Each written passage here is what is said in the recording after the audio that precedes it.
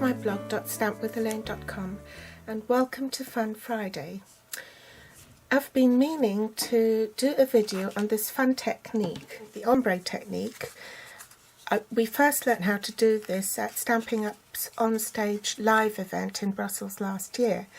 I taught it to my club ladies way back in January this year, while it was still fresh in my mind, and then I promptly forgot all about it until I had a phone call from my sister-in-law, and she reminded me that her mother-in-law turns 90 this month and I had to do a 90-year-old birthday card.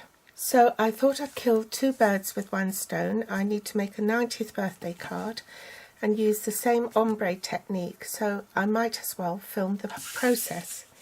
Now I've pre-stamped it, and all I need to do is just do the lettering. We need the number of years stamp set. This is a photopolymer stamp set, and the numbers are quite large.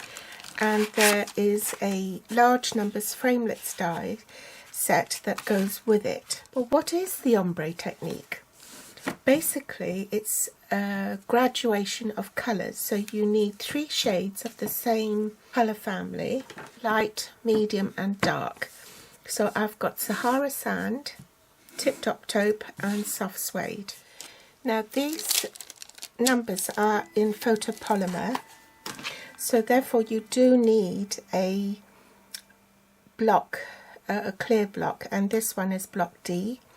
And when you put the numbers on, if you want the number 90, I found the best way to do it was to lay the number on the grid paper. And you need to lay it far enough apart so that when you come to cutting it, there's still room in between. And then obviously that's too far apart, it won't go on my block. It's about right. And then you can pick it up. You'll find both in the numbers die set and the photopolymer stamp that there is a 6 but no 9. Well, actually the 6 doubles up as the 9. So if you look at it this way, it's the number 6. If you turn it the other way, then it's the number 9. You need some sponge daubers to apply the colour. So I've got a separate one for each colour ink pad. So there's a Sahara Sand, Tip Top Taupe and also a Soft Suede one. You will also need some kitchen towels and waterproof matting of some sort to protect your work surface, and a spritzer with water in it. You could also use rubbing alcohol, which will dry faster, but I do not recommend you use this technique with just the standard Whisper White cardstock, because it will get quite wet and the card will warp. If you do want to use it on ordinary cardstock, you can, but instead of spritzing it with water, you can just sponge it. So this one has been sponged.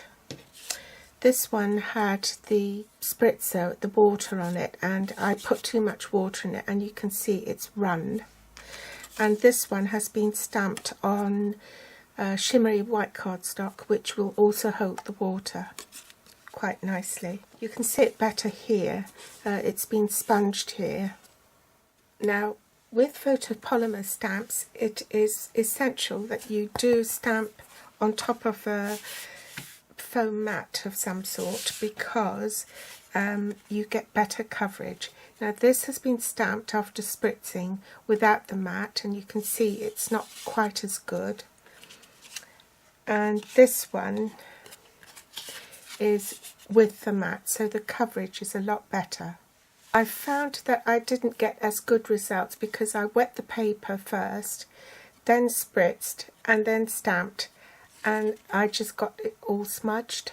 But if you have the right combination, that means not too wet and not too dry, then it will come out perfectly, and if you remember to stamp on a mat. So I'm going to put my foam mat down here ready for stamping. Protect my work surface. There's my light, medium and dark inks. So that's Sahara sand, soft suede and tip-top taupe, and kitchen towels to wipe the surface when it's wet. So bring my stamp in and I ink up the top third of the stamp in the lightest colour. It's best to work from light to dark. So that's in Sahara sand. Then I work with my medium colour, which is tip-top taupe, for the middle of the stamp. So medium colour, middle of the stamp, light colour, top of the stamp. And then the darkest colour at the bottom, so it's the bottom third of the stamp.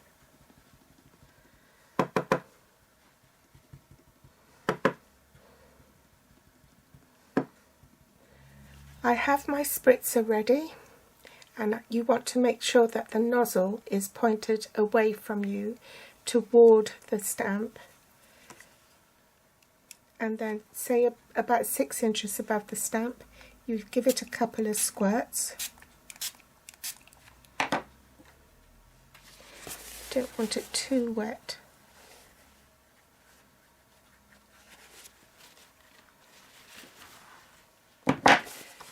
Make sure your work surface is dry. Bring in your watercolour paper and stamp, and leave it there for a few seconds while the water absorbs into the paper. I cut my letters. I've put a whole load of dimensionals on the back, and now I can put it on my 90th birthday card.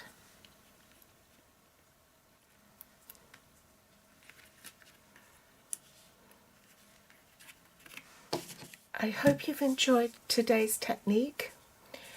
Instead of the rolling titles on my video, you will find a list of the supplies I used below this video in the Show More section on YouTube.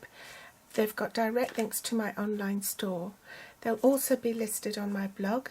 You can also connect with me through my Facebook page, Pinterest, or here at my YouTube channel at stampwithelaine.com. Thanks for watching, and I'll be back soon. Bye!